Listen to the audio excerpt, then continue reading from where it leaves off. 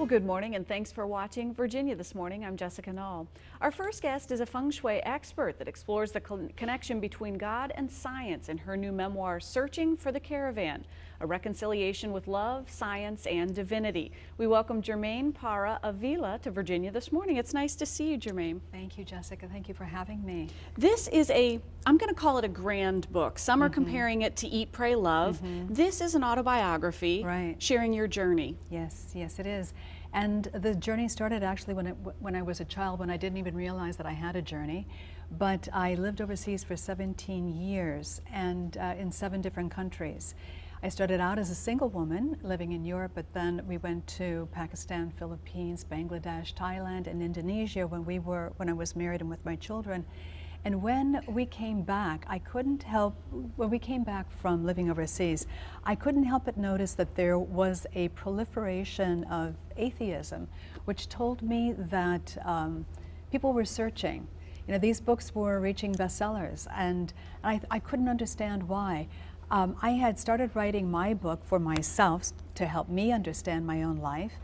And I also wrote it for my children because there were so many questions from our past that needed to be addressed, and that I wanted them to understand from their mother why things happened the way that they did.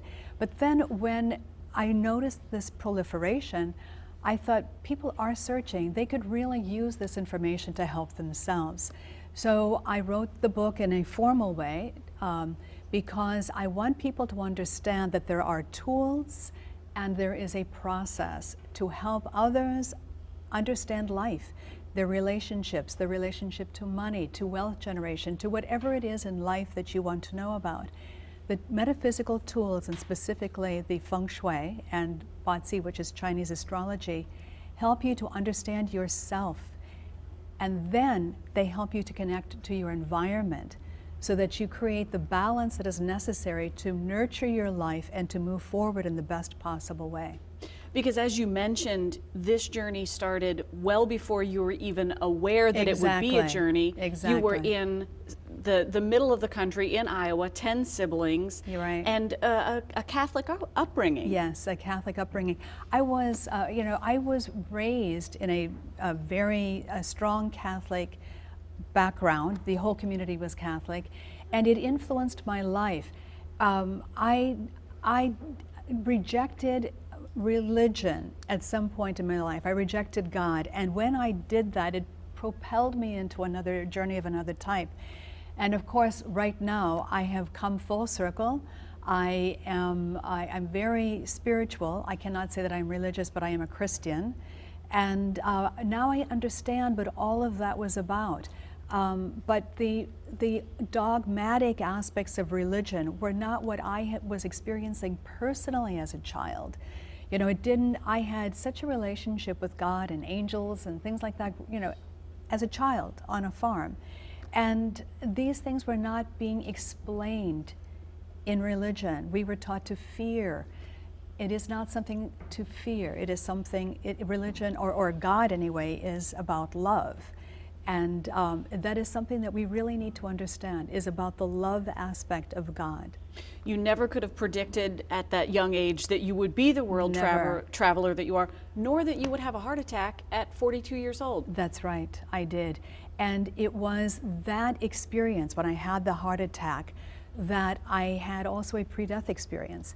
And when I came out of it, I realized I needed to evaluate my life, and I needed to start over. Whatever it was, I needed to put things straight in my life, and which is what I did. And it was with the help of the feng shui. First of all, I needed to balance our home so that I could nurture myself, because I was so weak that I didn't have the strength, the energy, or the wherewithal where to begin. And after I gained some energy, I was then able to take steps. And along the way, I analyzed everything, because I do have a background in science. I did genetic research, and I worked in laboratories for years.